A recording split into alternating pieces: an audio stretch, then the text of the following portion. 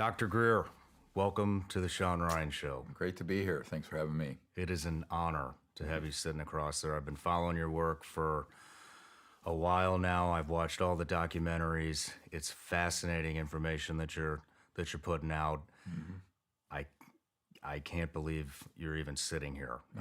It's a real honor. But it's an honor to be with you, and thank you for your service and everyone listening who served our country. I appreciate that. Thank you for saying that. So just a little bit about you. I gave you an introduction just a few seconds ago, but you've briefed every president since Bill Clinton on the subject of UFOs.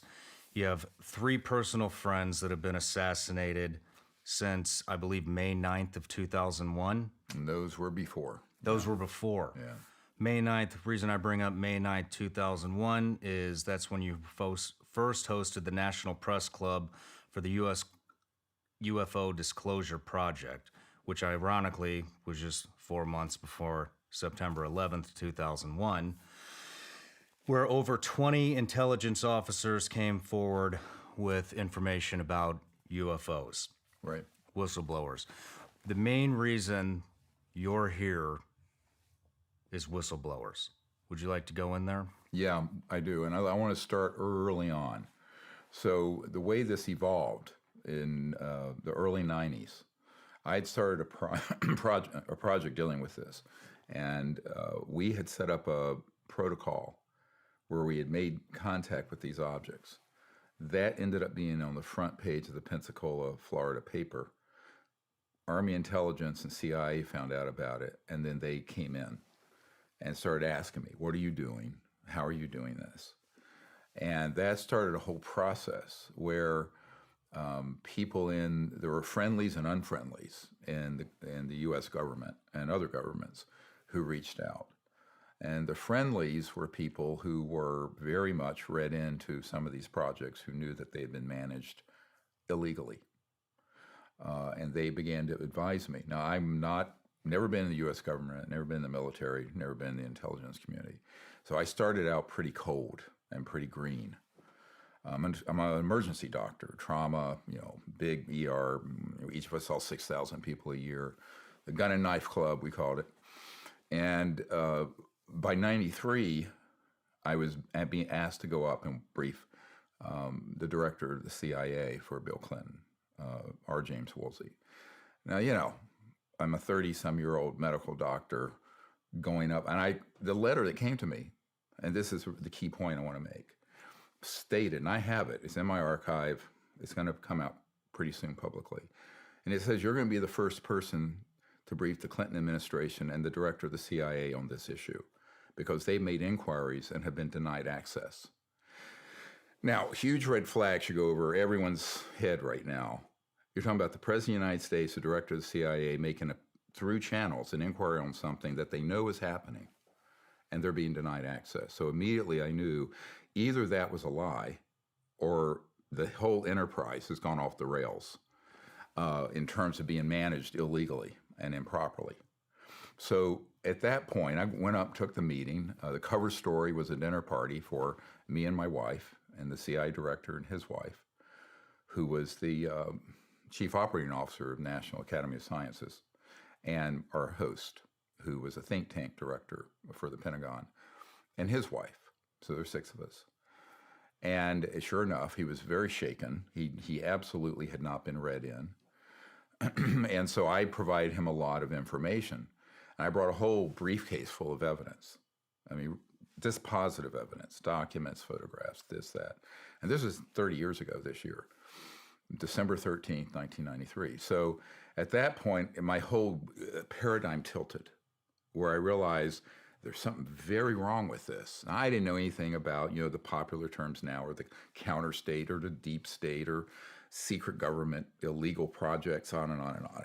It was off my radar, totally. You had no idea at the time that any of that was happening. This was, I had actually sort of a serious PTSD over this, because it was like completely upended my world. And my thinking about our country and what had happened.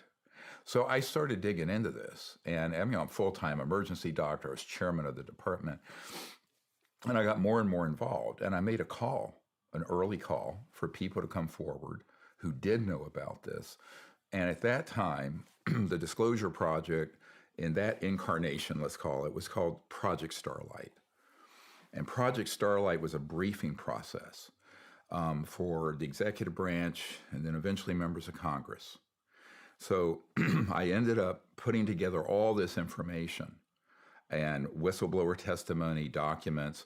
I ended up receiving some top secret documents that were not declassified that I have and have published, because we came to the conclusion that these projects are being run unconstitutionally, and therefore all personnel, all evidence, and all documents pertaining to them have no protection over from the National Security Act.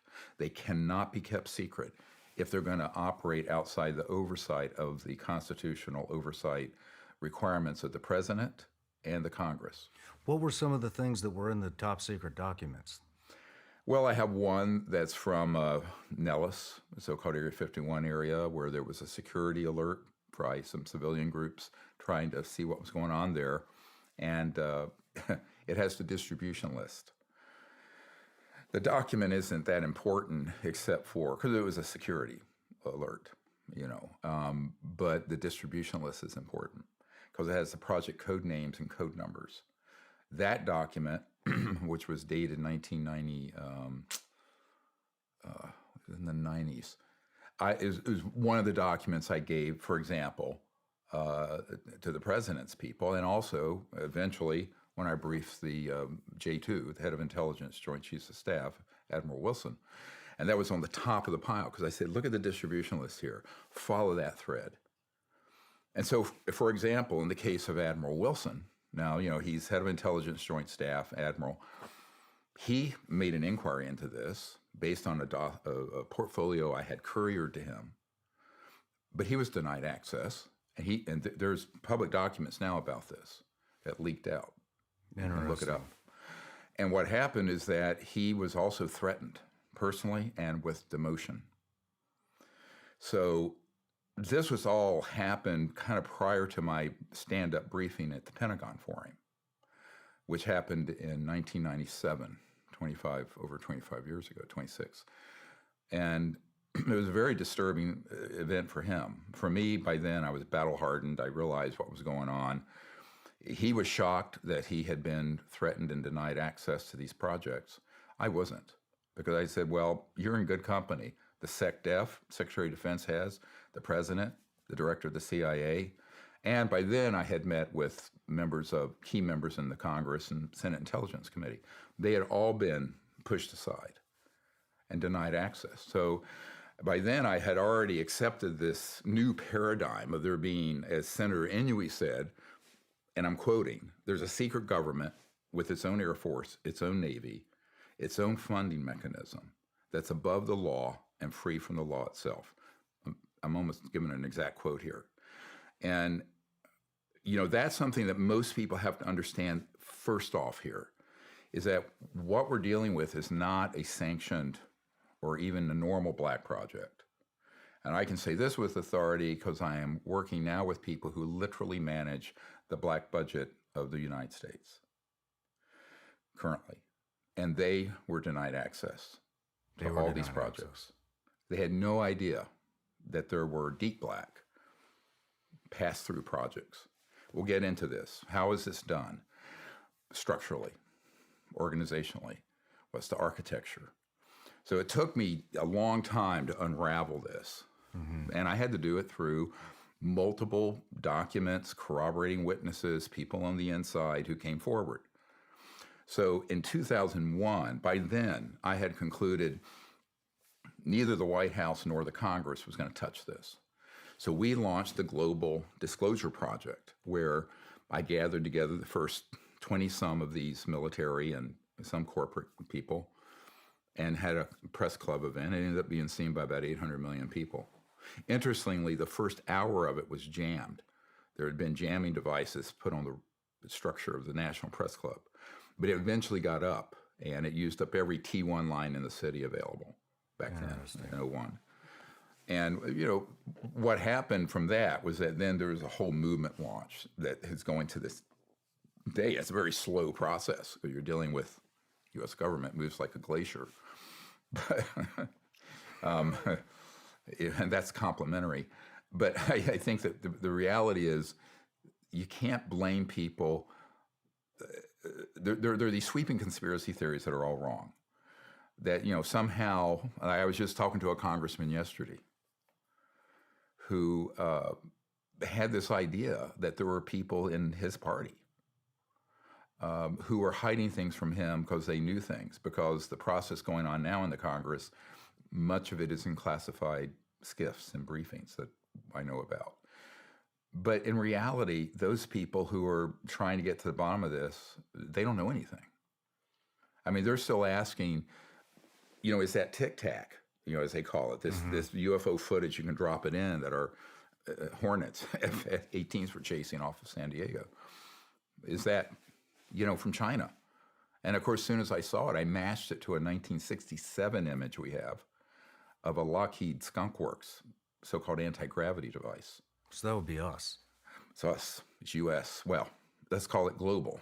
It's part of this secret government asset base. So to give people a little deeper unpacking of this is like at the end of the meeting with Admiral Wilson. So I'm doing the stand-up briefing. It's supposed to be 45 minutes in his conference room at the Pentagon. And I have astronaut Edgar Mitchell is there, who was the sixth man to walk on the moon, my military advisor, and a couple witnesses, whistleblowers. And this goes on for almost 2 or 3 hours, much longer. He kept canceling appointments because he was so, concerned. And at the end of it, I said, look, we really need your help getting to the bottom of this and getting these rogue, illegal projects under control. He says, well, what am I going to do? He says, I can't act. I'll be rogue unless the Secretary of Defense and the President authorize me to do something like this. And I said, well, that's not going to be forthcoming. We've already attempted that. And he also said something that was very spooky. He said, how do I take on a group that have technologies that can do circles around the best thing I know we have, a B-2 stealth? He says, that's the best thing I know to deploy. And I have found out, and I have now convinced there is a secret organization that have technologies that can literally do circles around my B-2. And I said, yes. And he just said, it's point, set, match. He says, I don't even know how to take that on. And that is how that meeting ended. Wow. It was very grave. And I went, well, there's a difference. Those projects are being run outside the law. And I said, the law is only and power is only what you use. If you don't use the law and if you don't use power, then you let sociopaths and criminals run amok. And unfortunately, that's what's happened since the late 1950s. I later found it was on Eisenhower's watch, unfortunately. He was old, he was tired, he was a four-star general, World War II, that this group of, this secret government group sort of seized control over these operations. So in reality, the constitutional government of the United States has not been in a proper oversight and control of these operations since the late 1950s. So 70 years. Yep, almost 60, 2/3 of a century. Wow. So that's sort of just to give an overview of how this evolved. And now it's evolved to a very big event that's happened about a month and a half ago. The Congress passed and the president signed a law that has for the defense funding, National Defense Authorization Act. And it explicitly allows people to come out as witnesses, whistleblowers on the UAP UFO issue, including contractors, not just government employees, but contractors like Lockheed Skunk Works, Northrop, Raytheon, Booz Allen Hamilton, MITRE Corporation, SAIC. These are all big chief primary contractors working on the reverse engineering of extraterrestrial material and also the building up of systems based on that and other technologies. So why do you think it took so long for this bill to come about? It just has to, when we released about 5 years ago, 5.5 years ago, Unacknowledged. So people, if you have Amazon Prime or Tubi or Hulu or whatever, that documentary got about, in the first 6 months, 760 million people see it. Now, most of that was pirated, dark web, Pirate Bay, whatever. It's fine. What I'm doing is a not-for-profit purpose of educating the public on this. I left my medical career to fix this massive problem for not only our country, but for the world and the future of humanity. But that, caused a lot of stir, and it triggered a series of events that has now led, a few years ago, to the law being passed that the Director of National Intelligence must report on this issue to the Congress. But now, I told folks that I'm working with, and I can't disclose exactly who they are, but they're the most senior people, and said, look, there needs to be a clear pathway, because the only way you're going to get this, you're not going to get this through the chain of command. You're going to have to get people who come in as whistleblowers and witnesses, who are direct witnesses to this, even if it's a small part of what they saw. Maybe they were only guarding a hangar where there was one of these triangular objects at my uncle's old company. My uncle worked on the lunar module, put the first man on the moon, Northrop Grumman. But which is part of how I had an interest in this. If your uncle kind of put the first man on the moon or was part of that, is sort of a fun thing for a little boy. Yeah. I was 14 when we landed on the moon. So. But which was a great thing to had a family member involved with that. But I think that, most people underestimate how important every little detail is. So what I did in the 90s up to the 2001 event, and what I've done since, is put together sort of a whole puzzle, a mosaic, based on thousands of little pieces of data. Mm-hmm. So, the evidence is easy to get your mind around one at a time. What's hard to get your mind around is the entire intelligence analysis that has to go with it. So that's what I've specialized in, is gathering that data and then connecting all the dots. How does this corporate operation interface with this base and this SCIF? For people who don't know, the Secure Compartmented Information Facility. Yeah, a SCIF is where highly, highly classified documents, conversations, mission planning, right? That's where it all happens. Right, is in a SCIF. Right. Yep. And I've been involved with that, although I wasn't supposed to be. But I get ushered into places, even though I've never been in the government, and I will not accept a clearance or a secrecy oath or non-disclosure agreement. So all this I'm telling you, I can tell you because people who know the system will know I hold my own clearances in that sense. I can say what I want to whomever. What my rule is that if let's say you were someone who had been involved in an operation at the Dugway Proving Grounds out in Utah, there's a DUM there, deep underground military base that's very much involved with this issue, and there are assets there, man-made, anti-gravity, very advanced aircraft. That I have people who have been there who've seen them come up at night and move out. They'd be huge black triangles, and those are ours, by the way. Now there are some extraterrestrial ones that are similar. So if you can envision this, almost any airfoil or superstructure that they've observed that's of an extraterrestrial origin, they've been able to create, let's say, copycat or similar.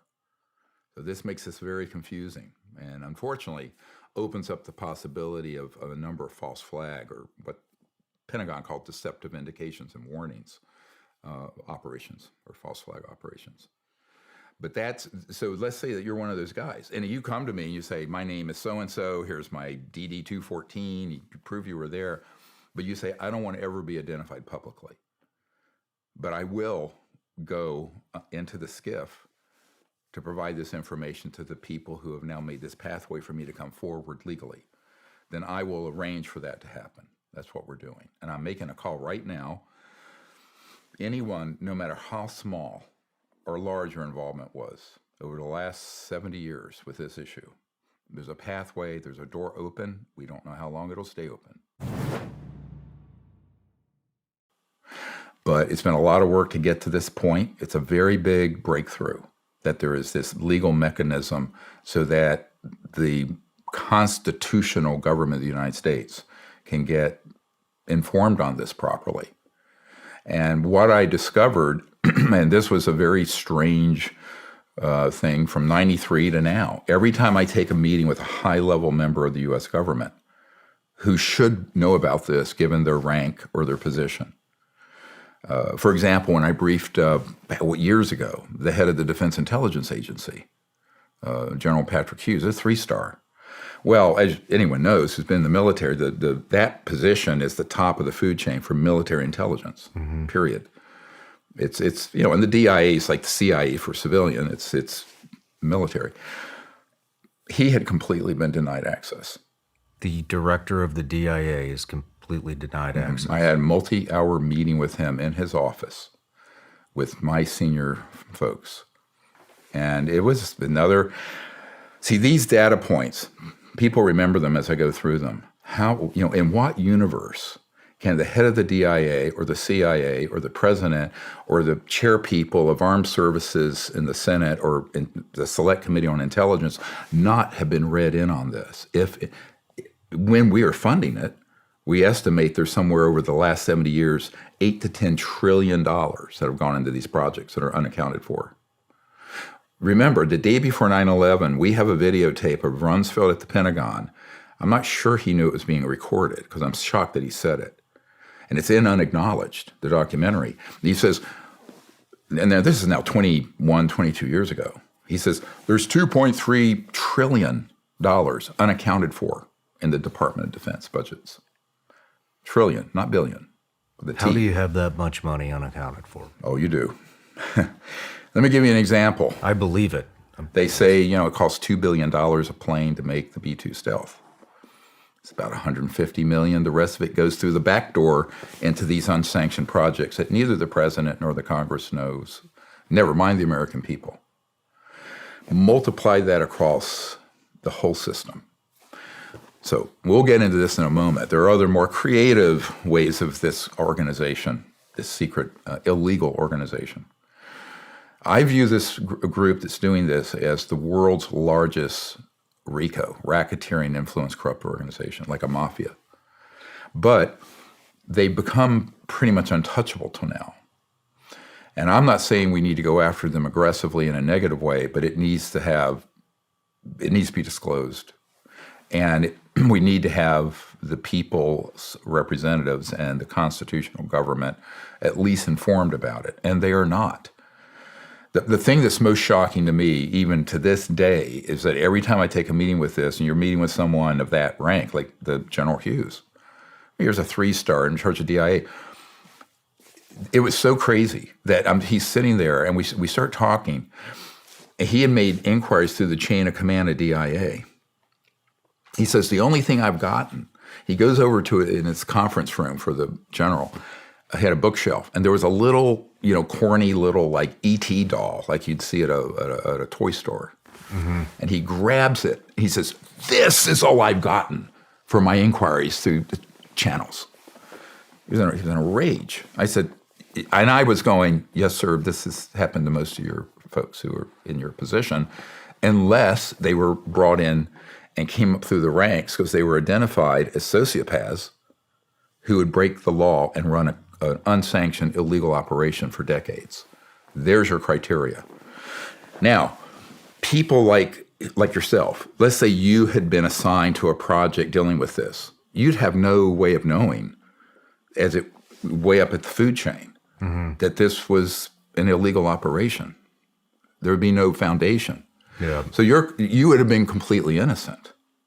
So all of you guys listening and women who, if you have been involved with this, you're not culpable because you're not at that policy-making level where you are willfully insubordinate to the Constitution, which, everyone takes an oath to protect and defend the Constitution of the United States against all enemies, foreign and domestic. Writ large, domestic here. Because, the worst treasonous acts that have ever happened to any country that falls is from within. Yeah.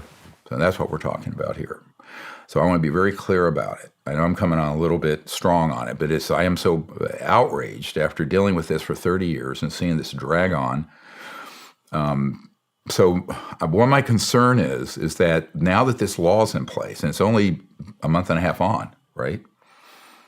We need to move expeditiously, quickly through that door that's opened. Because who knows when someone may slam it shut. And there's a window we have to go through. And I think that we've started that process. So what I'm doing is putting out a call, a request, and to appeal to people's patriotism. You know, my father was hand-to-hand combat on amphibious landing unit World War II and had pretty bad PTSD from that, although they didn't know what that was. But I kind of feel like we have to look at this and go, given how this is operating, you know, it's our patriotic duty to fix this problem, just from the point of view of the rule of law and civilization and the Constitution. Otherwise, what are we? We're a bunch of monkeys running around the jungle without the law. Yeah.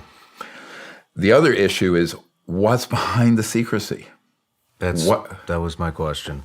You know, that was when my first meetings with people, like the CIA director. After like 10 minutes of going through the evidence, he says, yeah, I know this is real. He wanted to know, why is it this level of secrecy? Who's keeping it secret? How are they doing this? So that is actually the bigger question. The evidence you can get your mind around. We have it. It's been out there. If you look at Unacknowledged, if you get the book, we have a book called Disclosure. It's 500 and some pages of transcripts of these original top secret people's testimony and documents. It's all in there. So you can get Disclosure book. You can get Unacknowledged, the book that goes with the documentary. It's there. But understand, and we also describe how this is operating. But the why behind it is kind of banal, you know, in the sense of it's money and power. So let's say you have something that would fit on a little table this big, and it's a generator, and it's pulling energy out of what's called the quantum vacuum, or zero-point energy field, which was proven to exist back in the 50s. Now, physicists have described this energy field. If you had a coffee mug, the amount of space in that coffee mug has enough potential power to boil off all the oceans of the world, quote unquote. It's what Tesla called, not the fake car company, actually Nikola Tesla. I call it fake Tesla cars because if they're plugged into the grid, they're not real Teslas. We'll get into this. But that energy field is everywhere, and you can tap into it. And when you tap into it, you're tapping into this energy field that can be converted to electricity or thrust. So is the energy field, is it everything in between objects? Is that? It's not just between, it's within. So if you let's take the chair you're sitting in or I'm in. It's occupying a volume of space. Mm-hmm. When you get past the molecular to the atomic level of this, and then subatomic, the quarks, you get this into this pluripotent, it's like the foam at the surface of the deep ocean. Okay. That all of matter is fluxing in and out of. The early Lockheed Skunk Works man-made UFOs were called flux liners. Flux liners. Yep. Because they were pulling energy from this quantum vacuum flux field. Very advanced physics. I mean, we understand it very well. I don't want to put your audience to sleep going into the arcana of the physics of it. But the point I'm making is that was mastered decades ago. This technology has been around for decades. Well, about 100 years that there has been empirical evidence of this energy field. Nikola Tesla called it the infinite energy field. There were others who discovered it all the way back to the late 1800s. Now, they didn't have the physics down of what was happening, but in terms of just observing the phenomenon empirically, you know, here you set up a high voltage system, suddenly more energy is coming out than you're putting in.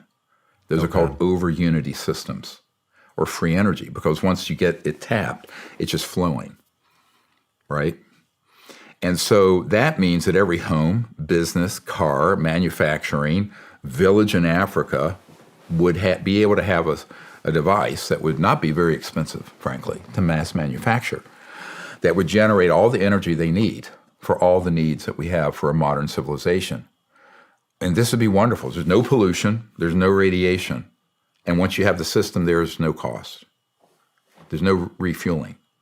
The bad news is that if you're an oligarch, a global oligarch, controlling the macroeconomic system, big oil, big global systems, and let me translate for those of you who've been in the Middle East, our vital national security interests translates to one word, O-I-L, oil, energy.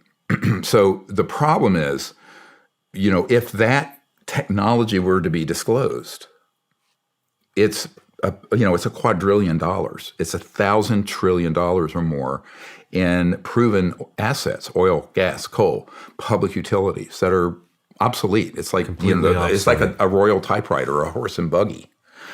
That's what they're protecting. So the entire energy field, everything that has anything to do with energy, becomes completely obsolete at this point. Yeah, and all transportation systems, internal combustion engines, jet engines, rockets, surface roads.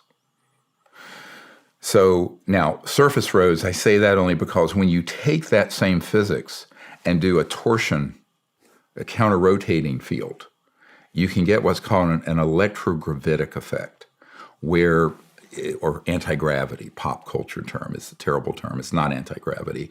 But you can create this electromagnetic field where an object becomes essentially weightless and can move. This is why if you look at the radar tracings of these things, these objects can be moving at 200,000 miles an hour, make a right-hand turn.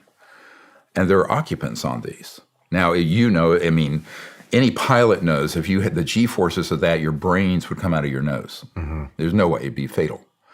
But because it's correcting for 1G, and there's a sort of a bubble, an envelope in space-time that this object is moving in, there's no limit to what it can do. So they don't feel the G. They don't feel it and go straight up, at like one of the radar things we have from Belgium, I got from the Belgian Air Force, was an object that was at, slightly above AGL, a few feet above ground level. And it went from there to boom, like 100,000 feet in one radar swoop, boom. And we have a lot of cases like that we've collected. And, the question at this point is, how is that happening? Well, we know how that's happening. And so here's the issue with disclosing all this. When you get past the superficial level, here's a machine, here's a device, here's this, the scientists, like myself, are going to say, well, how is it doing that? I mean, if they have a thinking brain, mm-hmm. which, of course, this is a big assumption now with our educational system collapsing, sorry to say. But, my God, the kids that are now trying to get educated in the system now, God help us all. So, but the fact is that's going to be asked. Now, what's interesting is that the Pentagon has officially said those objects that have been released of the Tic Tac and other UFOs that have been documented with sensors on ships, on board aircraft, and in space. Well, they're not disclosing those sensors, but I know what they are. Those are physical objects moving without any known means of propulsion. Go look at what's been said by the Pentagon. Now, what the person who said that, the Pentagon, says we don't know how they're moving because that spokesman hasn't been read in to these deep black projects that are in this parallel universe of this secret government. It's been my job to collect the actionable intelligence, the documents, and the people who know this and put it together and put it into briefings for people. So I've provided this to every Minister of Defense and Secretary of Defense for the 4 of the 5 Eyes, which are, of course, U.S., Canada, Australia, UK. I have not done it for New Zealand. But in every single case, when I've met with these guys, either they're former or current MOD heads or what have you, they've said, we were never read into this. So this data point, let me extend the data point globally. So some years ago, there was this really amazing guy named Lord Hill Norton. He was a 5-star admiral. They used to call him a Sea Lord. Don't you love? I mean, I love the British. They're fantastic. A Sea Lord.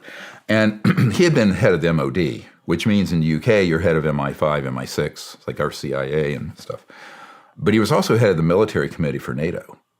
And I met with him at his house in Wiltshire, in Hampshire, in England, some years ago. And he asked me to come because he wanted me to bring the briefing document that I had put together for the president. I think at that time it was the late Clinton years. And I said, all right, I'll come over. And I went over with my 4 daughters and wife, and they went off to see the Salisbury Cathedral. And I went and met with this former MOD head. And he was livid. He says, this never came across my desk. I was never read into this. And I said, and yet I have files from your own MOD about the landing of one of these objects at the Bentwaters, Rendlesham Forest, Bentwaters Air Force Base. No kidding. Yep, I have the documents. I have the trace landing. I have the U.S. military Air Force people's testimony that were there. So at this point, I have about 1,100 of these folks. What's a trace landing? When one of these, in this case, it was an extraterrestrial vehicle, not one of the man-made ones. So we call them ETVs for the ones that are of extraterrestrial origin. The ones that are man-made are often called ARVs, alien reproduction vehicles, meaning that they're simulating, not totally, but simulating the energy propulsion capabilities of what we've reverse engineered and studied since the 40s. Okay. We'll get into this in a moment. What's the technology transfer arc from the 40s to now? And that's very interesting. It's going to be in our new film called The Lost Century, and How to Reclaim It is the subcaption title. But the Minister of Defense was furious, and you know, he was a bit bombastic and kind of, you know, his piercing blue eyes, a real character, but he was, I think he was hurt. I mean, if you have that level of responsibility and you find out you were zoomed on probably the most important military and intelligence issue in the 20th century, in 21st century. He said, well, why wouldn't they have told me? He said, it becomes personal for these men. And I said, well, let me ask your question with a question. And he said, oh, what do you mean? He thought I was being an impertinent yank, which I can be. But no, I was doing it as sort of a way of sort of illustrating this point. And I said, well, what would you have done if you had found out that there was an organization and a project, global, that had engaged in assassinations, wet works of innocent people, killings, so CIA term wet works for, you know, if you're on the watch group list, which I have been on, and that is engaging in all manner of criminal activities up to and including drug running, has embezzled trillions of dollars from Western economies, and they have the technologies that would save the Earth's biosphere in a generation in poverty, but they are now an existential threat to the world and to the United States and your country, United Kingdom. And he almost jumped out of his chair and says, I wouldn't have stood for it for a bloody minute. Like that, just in a rage. And I went, well, that's why they didn't tell you. He says, what do you mean? I said, because you're not a sociopath. You're not someone who would absolutely, willfully know about that and go along with that agenda. And I call it, because I'm a doctor, I call it a soul biopsy. They do a deep psychological analysis, and they will test people early on in their career if they will do the right thing or the wrong thing. And if you're willing to do things that you know are ethically wrong to get ahead, it's the very definition of a sociopath, then you get groomed little by little by little by little by little. And I said, but you are deemed not to be of the right stuff. Not John Glenn astronaut right stuff, but the right stuff for someone who had been involved at that level, higher level, because you would never have gone along with that agenda. And if you hadn't gone along with it and you knew about it, they would flat out kill you. Absolutely. Like the Secretary Forrestal, for a fact, was thrown out of a hospital window and killed. General George S. Patton, in an alleged automobile accident, was killed because he would want to disclose to the public the anti-grav device that looked like a saucer that we got from Germany in 1945. How do I know this? Because Paul Mellon, one of the few billionaires in the world who funded Adolf Hitler, along with Prescott Bush, George H.W. Bush's father, Henry Ford, and Watson of IBM. Paul Mellon was one of the few billionaires at the end of World War II, the Mellon family. And his grandson's on my team, who happens to have been Senator John Warner's son, the Republican senator from Virginia, just passed away. And Paul Mellon told John Warner IV that when the war ended, they went over and grabbed this thing because Adolf Hitler, his aerospace geniuses, were working on this disc that was not jet or rocket. It was electrogravitic. It was electromagnetic. They hadn't perfected it. They were working on that. We had the atomic bomb. But they brought it back. And Patton was going, George Patton was going, this is amazing what this would do for the world. No. This is going to be deep black. And he did not think that was a wise thing to do, so they took him out, made it look like an automobile accident. So this kind of skullduggery happened. So I told the Minister of Defense, this is why they're not going to tell you. And because you're a good man. You're patriotic. You're sincere. You have morals and integrity and ethics. No one like that is going to get at the top of that food chain. Yeah. Because by definition, you've got to be somebody willing to subvert the law and do all manner of horrific things. And this is where people have to understand there have been CIA directors who were involved with this. I dealt with one who was helping us after he retired, Bill Colby, CIA Director Colby. When was he director? Ford Nixon era. Okay. Way before my time, but he was an old guy wanting to help us. A lot of these people, when they get old enough to think they're going to meet their maker, they get a conscience or they have a change of heart, as they get up into their 70s, 80s, like that. But it has nothing to do with your rank. This is what people have to get their head around. Whether you're president, CIA director, SecDef, this senator, this member of parliament, if you know about it, it's because you were read in because you're willing to go along with that agenda. If you don't know about it, you have the same rank. It's because they assessed that you wouldn't go along with that agenda, which is an illegal operation. Yes. So this is what everyone needs to get their heads around. Now, the only way to resolve this are people who don't. I had this fire of tests where I started out very early in my work on this, involved with the director of the CIA and the head of Army intelligence and all these sort of people. For a reason we can get into in a moment, because basically my group had discovered the Rosetta Stone of being able to contact these objects, and it works. Go look at the movie Close Encounters of the Fifth Kind. It's kind of out there stuff, but it's real. So I think that when you start to entertain this idea of how this is structured, you got to get your mind first around that. But also, on top of the fact, and this is a really key point, please listen carefully to this. We have this bill that we worked to get through that now gives a pathway for anyone to come forward. Now, they will be coming forward to folks who are going to take them into a skiff, and it'll be TSSCI type stuff. So their testimony may or may not get to the public. If they provide it and willing to provide it, I will provide it to the public. Why? So listen very carefully. By 1997 in the fall, we had concluded, my military advisors and all these people, that I had sort of a kitchen cabinet. Because everything you're hearing me done, we've done without an office, without a paid staff, without a budget. It's all been a labor of love. I put probably $15 million into doing this. 15 million. Yeah, earnings and everything. I don't care. I mean, when I realized what was at stake, it's like, I walked away from my medical career to do this, which is very hard. I still have dreams about being in the ER doing stuff, but that chapter is closed. And plus, I'm too old.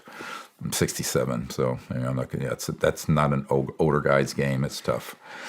I was mountain bike and surf. I had fun, but what you realize over by this time, and I'd gone through all these meetings and briefings. I said, well, this is an illegal, unsanctioned operation. And if it's illegal, it's outside the Constitution.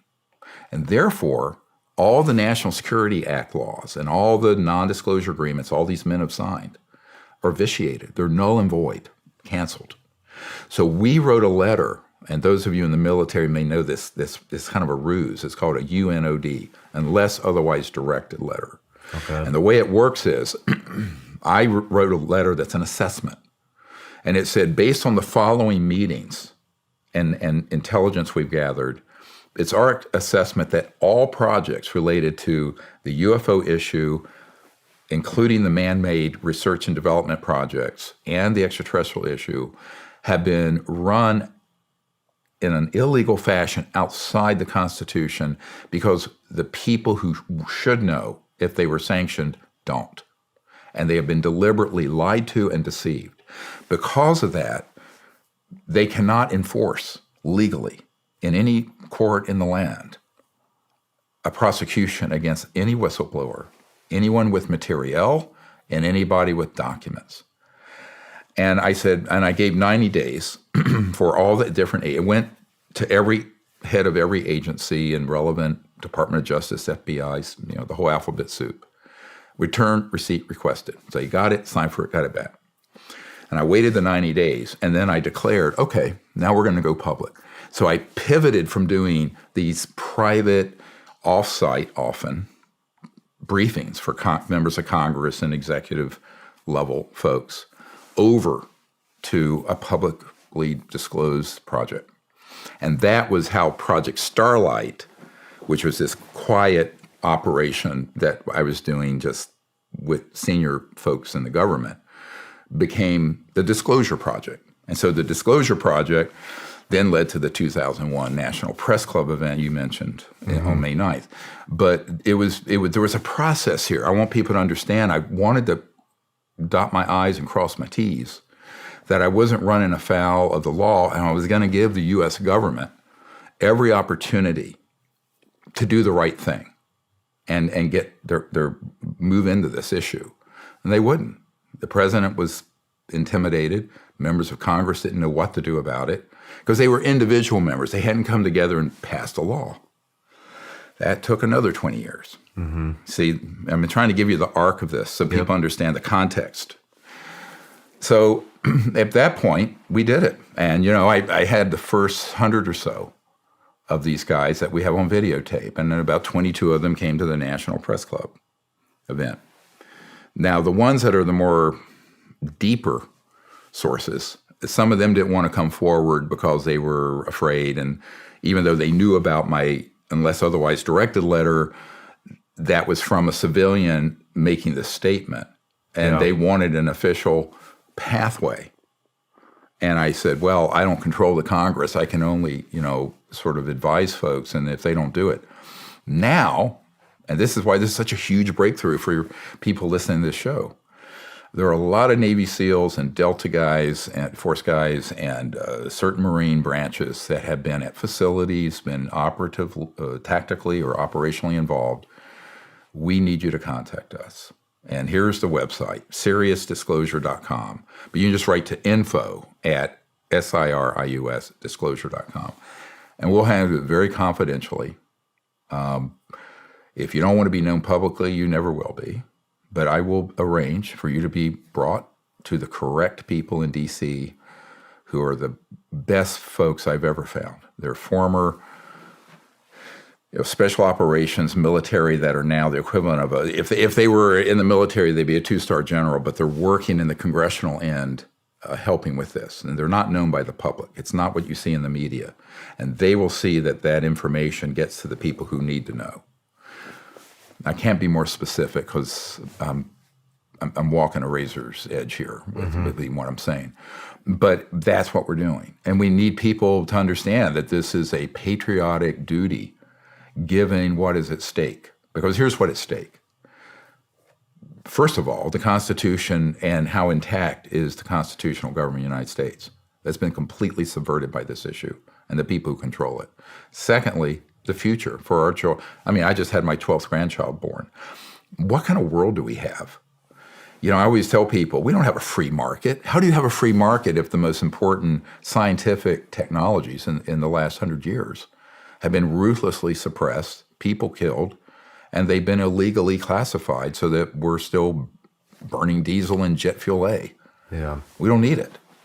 Now, do you want to talk a little bit about why they're hiding all this technology when it comes to free energy with the utilities and everything, just to piece it together for everybody? I do. It's one word or two words, money and power. Now, when you're talking about, most of us think, gee, money, do I have enough money to put my kids through college? These guys are, that's not the issue. It's massive macroeconomic geopolitical power. Because now we're talking hundreds of trillions of dollars in assets. Now, keep in mind the entire U.S. government budget, whatever it is, $5 trillion, it's a rounding error. And most of that's not discretionary spending. That's entitlements, Medicare, Medicaid, Social Security. So when you're looking at these interests that want to maintain the status quo of the world financial, macroeconomic, and energy system, they will do almost anything to maintain that, even if it kills the planet, keeps, you know, right now there's 3 billion souls on the planet that don't have any way to cook their food. They're chopping down rainforests and shrub in the desert in Africa.